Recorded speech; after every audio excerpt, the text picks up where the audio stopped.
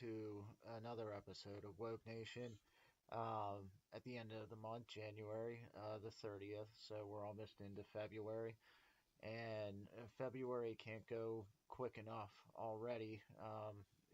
For those of you up here on the East Coast or in Pennsylvania or anywhere in the North right now, we're all in this deep freeze. I think tomorrow they're talking about it being in the negative 10 or with the wind chill, something like negative 10 or negative 20. And I install cable for a living, so I'm sure I'll just be in paradise, so to speak, frozen to the side of a telephone pole somewhere until the sun slowly thaws me out throughout March, and then I'll drop off the pole onto the sidewalk. My eyes and mouth just open and gaping at the sun helplessly as people walk by me and do absolutely nothing. Yeah, that's my perspective on winter, generally speaking. Hey, I wanted to move to New Orleans a long time ago, but hey, it's not only my call. I'm not the one that only decides where I go and where I spend the rest of my life. Uh, that's what happens when you have kids and you're married and all that kind of stuff. So, you got to just kind of go with the flow and accept the fact that you might end up frozen to the side of a telephone pole for half of the winter. It's good. At least the view up there. You see what kind of fowl are flying through on their way south. Birds are lucky they get to travel down there free of road tolls and gasoline prices and everything. They just flock south and stay warm. Um, and leave crap, just layers and layers. They get to crap on you as they do it. They fly over and drop their little bombs and say, "See ya, I'm going south." And meanwhile, I'm stuck frozen to a telephone pole with a cable wire in one hand and a pair of wire cutters in the other hand, and my eyelids frozen open, staring helplessly up at a sun that doesn't care. That's a dark picture, but that's my winter for you. And I hate winter too because we just moved into this new house that has oil heat, and I underestimated how many times you would have to fill that drum up. I really did. And I hate that thing and I want to blow it up. Before I leave, I think I will. Just make a crater out of it. Of course, the house would go too, but hey, it's a rental, whatever. I have renter's insurance. These things happen by accident sometimes. Or sometime, maybe just whatever. We won't talk about it, and don't tell anyone. Anyway, um, I didn't actually put out a podcast as soon as I wanted to. It's been about 10 days, which I swore I would not let it um, let time elapse like that between episodes. But I had the most vicious flu, and then my son had the flu, and then my wife had the flu. And I will not go into details, but suffice it to say that I have not thrown up that painfully ever, I don't think. And it hit me on Saturday. I work on Saturdays on my very last install, and I was explaining how to hook up cable boxes or how a TiVo box works to this old couple who, you have to be patient and slow because a lot of times older people they have no concept of a lot of these more updated boxes and they get very frustrated easily. Um, so they don't like it when you just walk out in the middle of a sentence and throw up behind your truck and then come back in chewing like 4 sticks of gum. They didn't take too kindly to it. I don't think. I don't know if they've officially uh, sent in a complaint, but I wouldn't be surprised either. Uh, I think their TiVo box is working fine, but they did send an email to my dispatch saying that they think I took their VCR remote with me, which is more than possible because I probably just blindly grabbed everything and walked out of the place to go puke behind my truck. Um, I did look for the remote, so if I know you all, I know that couple is not listening to this podcast, but by any chance you are, I do not have your remote in my truck. It may be frozen to the sidewalk outside your place right now, but for all I know, you probably still have it because you just don't know what a VCR remote actually is. So it's probably still there. Anyway, so that's why this episode was more or less delayed, we'll say. Um, but to switch gears, this episode is not a. Next week, I'm going to put out. I have something planned that I think will be funny and kind of poke fun at the stuff that's going on in politics and stuff today. But this one is not going to be so cheery, shall we say? And that's because it's very hard when you're tackling serious subjects, and particularly a lot of the things that are going on today. Some things you just can't mock or have fun with, and that's in a lot of cases. I was going to talk about intolerance um, on this episode, and the title of the episode, I planned it to be obviously an attention getter because, that's what everybody does, or at least what I do when, you're trying to get more people to listen. You got to have a title that draws people in or makes them say, what is he talking about, or that's offensive, or whatever. So I was going to say, intolerance is a beautiful thing. Now, that's actually a shirt that I saw maybe when I was a teenager in high school at my grandfather's house. He knew a missionary and in a picture, this guy had a long beard, and he was standing there with his wife and his kids, and he had a shirt on that said "Intolerance is a beautiful thing." And this was long before. No, I mean, this is in the probably the mid, no, not the midnight. I guess the early 2000, maybe 2000, 2001. I was probably still in high school, so maybe, let's see, I graduated in 2003, so yeah, probably 2001, 2002. Long before, well, not long, but, a decent amount of time before we saw the political correctness to the mad levels that it's risen to today. But this guy, and it wasn't a new picture either. So the guy had this is a guy wearing that shirt from quite a ways back. I want that shirt. I really do. I want to find that shirt. I would like to know who the guy was, but my grandfather has now passed on, and gone to be with the Lord, and who knows what happened to that picture. And that would be that's when you call Sherlock Holmes to find something like that. Um, find out who that man was in the picture that we can't find at a house that's since been cleared out and sold. But anyway, yeah. So the idea of this is about this absurd idea today in the culture that we have to be tolerant, just openly and endlessly tolerant of everything. And to me, especially with the stuff that we see going on, I think it's the people that push this idea the most obviously are the progressives, the liberal left, and I've gotten really sick of just saying the left, the left, the left, the left. But in truth, it is the progressives on the whole that are pushing these kinds of ideas. But they push them, and and a lot of Christian conservatives and Republicans cave and buy into them and accept the idea.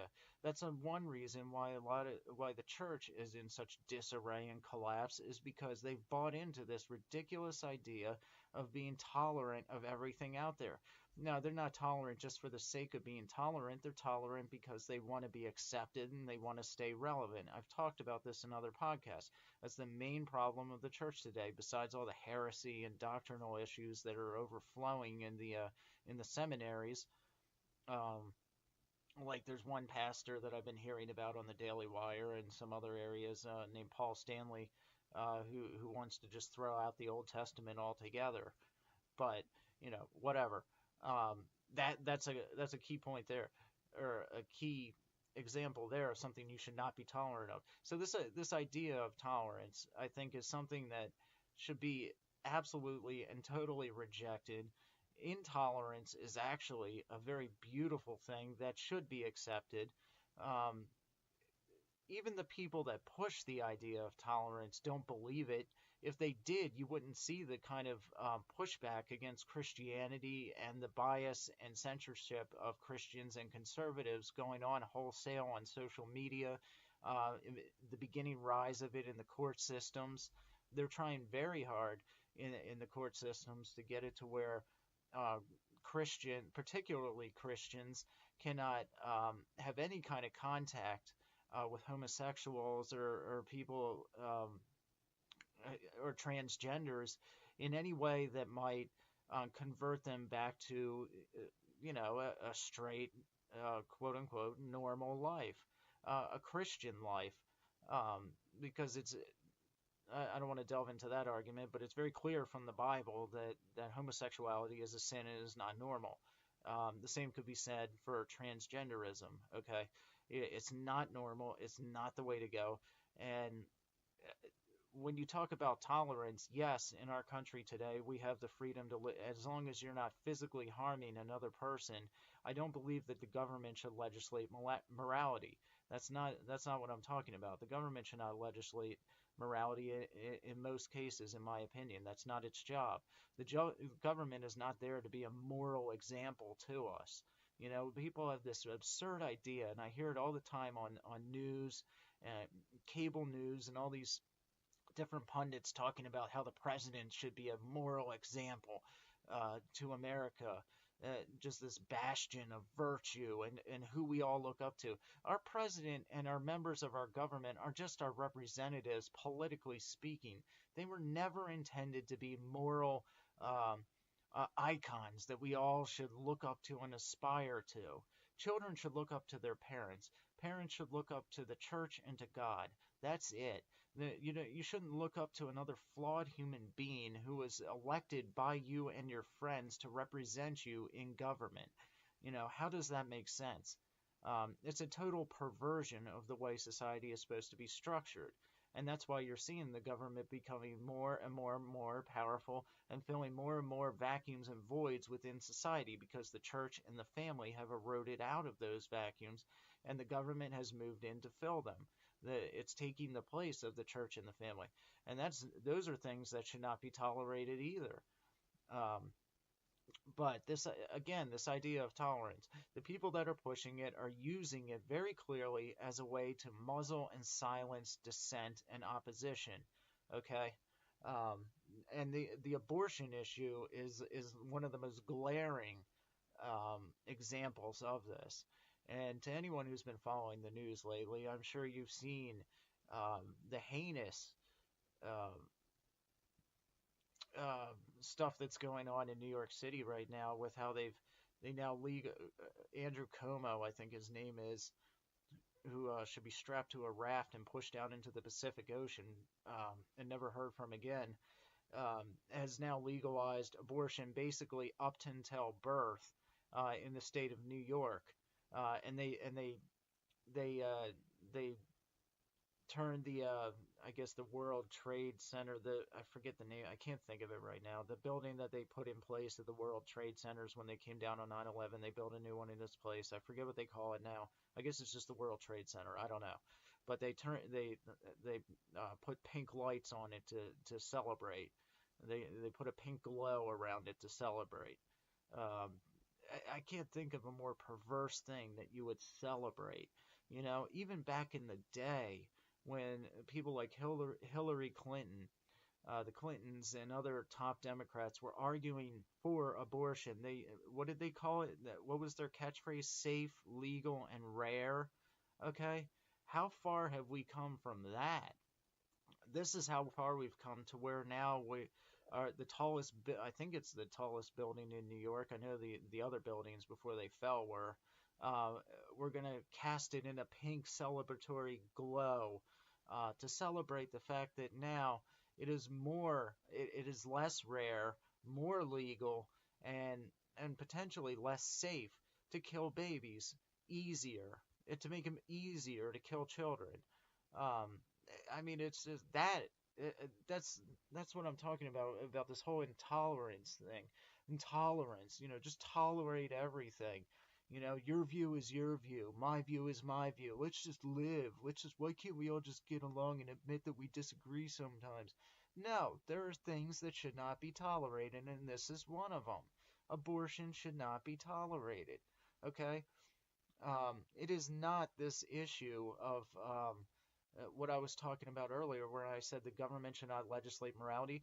The That is only in the case of where your actions are not directly harming another citizen. Okay, this is clearly a situation where a mother and a physician are making the choice to murder a unborn child.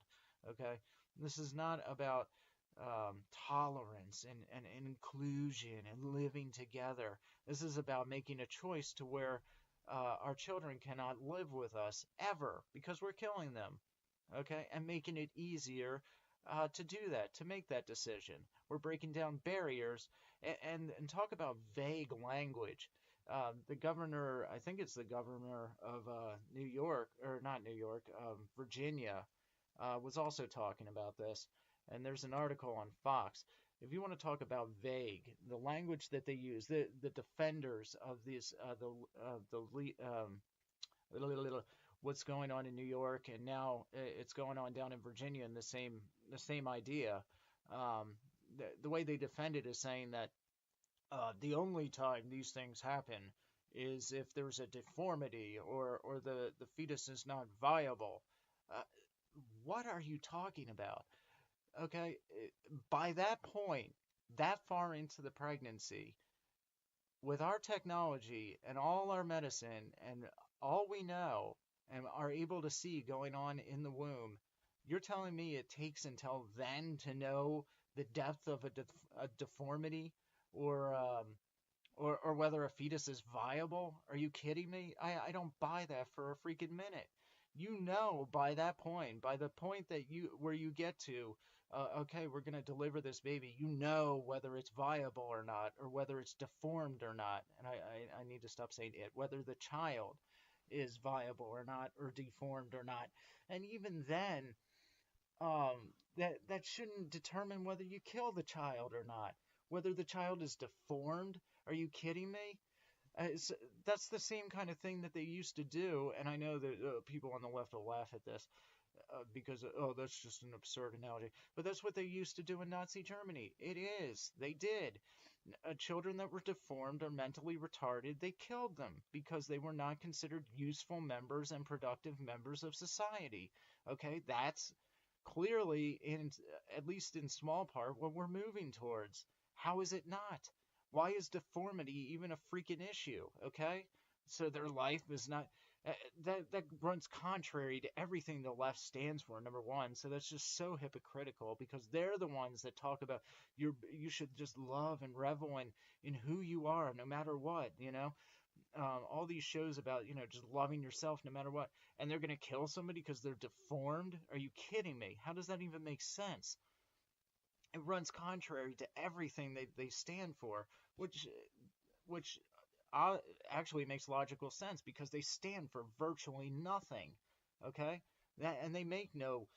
There is no logical sense to the progressive mindset. Okay, so this is the kind of contradictions that come out of it because they're not grounded in anything. They have no basis for their morality except this postmodernist, moral, relativistic, your truth and my truth bullcrap that produces results like what you see in New York and now Virginia, with no basis in anything. Okay, just a deformity and right before birth we're just going to kill the child. How about deliver the child and then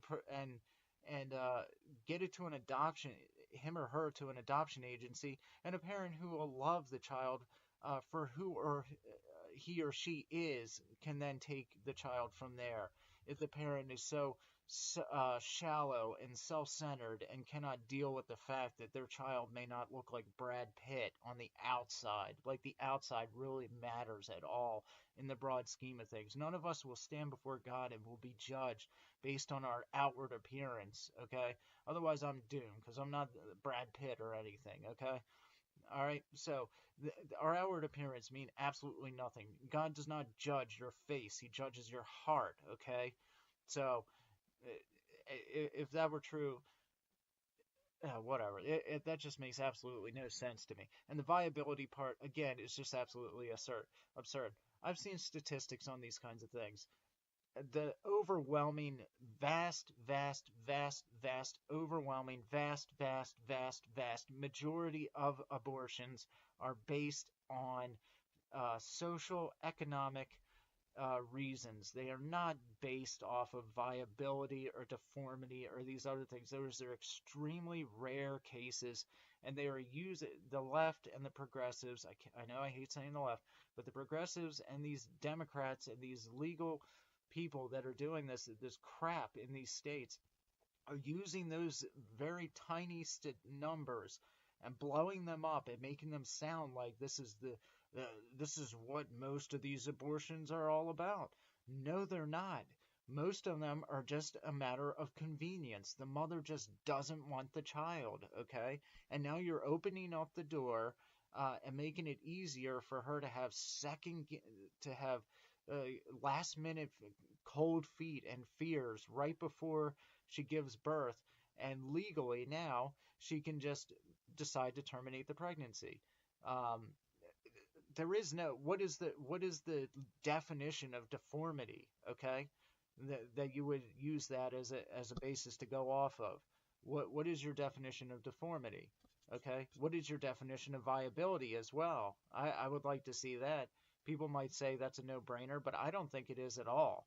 Okay, I know a lot of people that have lived that have needed serious help from machines and from everything else just to live, and yet their parents adored them and cherished them throughout their entire for as long as they did live. Some of them lived 10 years, some of them lived 12, and yet those parents never regretted that for a single minute. That was their child, and they loved them, and they wanted to take care of them. Okay, so this absurd idea about viability, just like it's a like you just churned out a car and maybe the batteries. Oh well, it's a new model. No, it's just such a casual, degrading way to talk about things. Viability. Yeah, I'll give you some viability. Um, and there's this article here on Fox News, which I for my podcast I try to shy away from anything on CNN or Fox because those are typically the two extremes. Well, I'll read CNN if I'm not mocking them in the podcast. Um, I tend to agree more with Fox. But anyway, this article on Fox News is what I'm talking about. Um, Virginia Governor Northam is facing the and he's in Virginia, faces backlash for comments on third trimester abortion bill, and many are calling it morally repugnant. This article is by Adam Shaw, who I'm not familiar with. Um, but there's a short video clip of the governor there on some kind of news program, I guess a radio show, and he's talking about the third, what this bill would do and what it means in a very realistic context of a mother on a table, on a table with a doctor. And what he says is, and I quote, this is Virginia Governor, I think, Northam. And what he says is, so in this particular example, if a mother is in labor, I can tell you exactly what would happen. The infant would be delivered. The infant would be kept comfortable. And if you watch the video, his tone and everything gets very, the infant would be kept comfortable. He like tries to sound reassuring and everything right before we saw the child in half. But the infant would be kept comfortable. The infant would be resuscitated if that's what the mother and the family desired. And then a discussion would ensue between the physicians and the mother. So what he's actually talking about is, and what he's being accused of is promoting infanticide. Um, and what he's saying basically is that if a child is delivered, um, that the mother, what he's saying is that it's possible under this bill for a child to be totally delivered, okay? Which under the definition now, once the child's delivered, by obviously my definition, it's a child, and it was from the moment of conception. But even from the left and the Democrats' point of view, of abortion advocates' point of view, that is now a child. What he's saying is that with this bill, that child can now, if the child was having health issues, it could be left there on a table, kept comfortable, but be allowed to basically expire on its own, because he says the infant would be resuscitated, basically brought back to life or helped to live, given oxygen or whatever, if that's what the mother and family desired. So only if the parents desire it will they help this child by giving it oxygen, or he or she oxygen. Otherwise, the child will just be left there to expire. And even if they do want the child to be resuscitated, and then a discussion would ensue between the physicians and the mother. So then the physicians would come in and still talk to the mother about her the options she has, whether they kill the child or keep the child after it's born. Okay, the, things are getting very, very dark, and this is why I really want to emphasize this whole idea of when people talk to you about tolerance, you need to go clear the other way, and you need to tell them they can go up the tree, up the flagpole with that. Um, there are things in this world that we just do not tolerate, and if you have values, if you have things that you believe, if you have a moral foundation, then you cannot be open and tolerant and accepting of everything. Okay, and pe- this country is never going to recover. It's never going to go anywhere. It's never going to bounce back. It's never going to have a revival or awakening or anything like that, especially if conservatives and Christians, and I'm including myself in this, um, keep buying into the cowardly idea that that caving to this pressure, this political correctness pressure, and this tolerance, and just being tolerant of everything that is totally opposed to what you know is right, just so you can be relative, um, then all we're gonna it produces the exact opposite result that you would wish. Okay, the churches have become more tolerant. The churches have become more open and accepting of homosexuality and all these other and transgenderism and all these other what we would view as sins.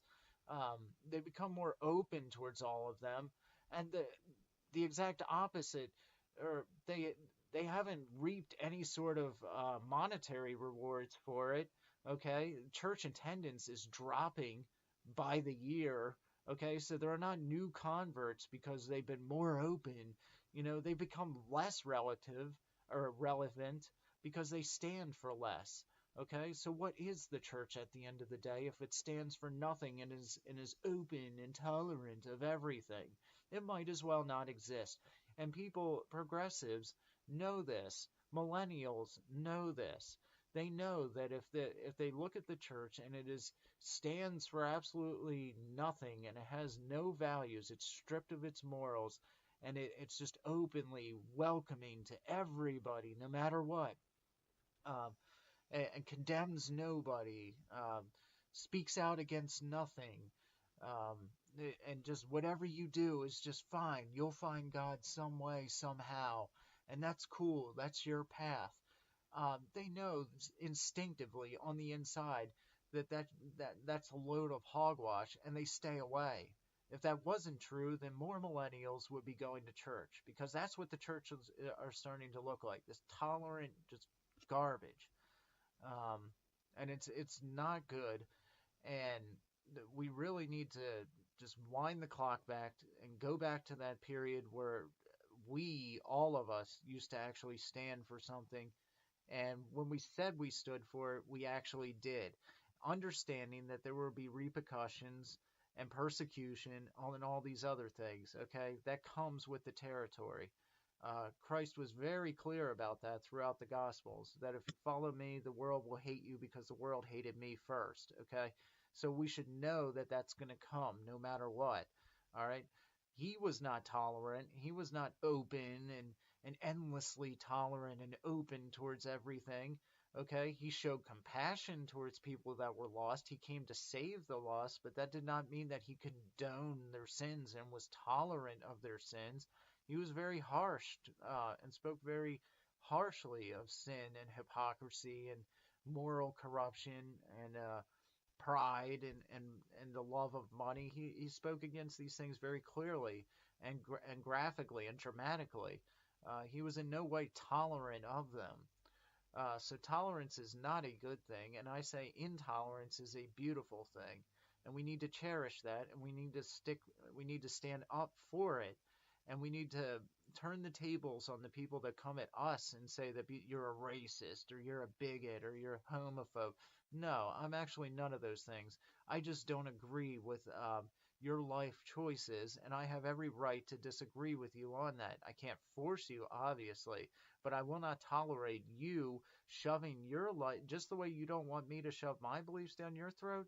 You're now trying to do that to me. The school system is shoving their humanistic um, uh, values and worldview down our throats now. It's clearly what's happening. Okay, it's inarguable. It's there's no debate on the topic. Okay, you want to debate me on it? Bring it on. Okay, the facts are there. Um, all Trump has to say, or anybody has to say, is maybe because the Bible's the best-selling book in history, maybe it should be just taught in some of the literature classes in school. That's all he has to say, and and the secular side of the country explodes. That's it. That's all he had to say. Okay, if that doesn't tell you everything you need to know right now about where their hearts and minds are at, then I don't know what else would besides this abortion stuff. Okay. That's all he had to say. He didn't say we should start teaching them the gospel. He didn't say that we should challenge evolution at every turn and discredit it. He just said that the Bible is clearly a very influential book in Western history and in the founding of this country and much of the West. And it's the best-selling book in history. It's been very influential in the arts and politics and just about every facet of our lives and in our cultural and national and economic reality. There is no more influential book in the Western Hemisphere, so maybe it should be taught as such in the schools. And he wasn't talking about theologians coming in either, or anything like that, or preachers, or making people recite the Lord's Prayer or anything like that. And still explosions and horror, outrage. You might as well have thought that he was advocating for infanticide. Oh wait, no, that's them. That's them. I'm sorry. So I mean, it's just total madness. Um, op- my final thoughts to everybody: completely and totally reject all this political correctness, this tolerance, this openness. No, you need to have a moral center to yourself, um, moral ground that you stand on, and reality and worldviews and ideas need to be filtered through it. And those that don't conform to it, you must challenge them or reject them. Okay, that's just it. If you stand for nothing, you'll fall for anything. All right. So that's the show for the day. Um, as I said, next week there'll be a more humorous one. I didn't want to make it so. Yeah, I don't know. Sometimes it just gets a little old just railing about the political correctness all the time, and abortion is such a dark topic, but you can't help it. I mean, when they're celebrating it in New York, and people like the hashtag shout your abortion. Like, I mean, how I don't get it. I really don't. I don't understand how anyone can be proud of that. I just can't. Abortion is literally taking tongs and ripping an arm off, ripping an arm off, ripping a leg off, ripping a leg off, tearing intestines out, and then taking the tongs and putting them around the baby's skull, crushing it. And when you see white stuff come out of the cervix, the mother's cervix between her legs, that's the baby's brains. You know that you did your job right. And then scraping everything out. Okay, that's a second trimester abortion. If you don't believe me, watch the videos on YouTube by actual abortionists who have described the procedure. I think it's called a DNE or DNS or DNE. I forget. But check it out. It's lovely. We should be openly tolerant of these such things. All right. Join me again next week. It'll be more lighthearted then.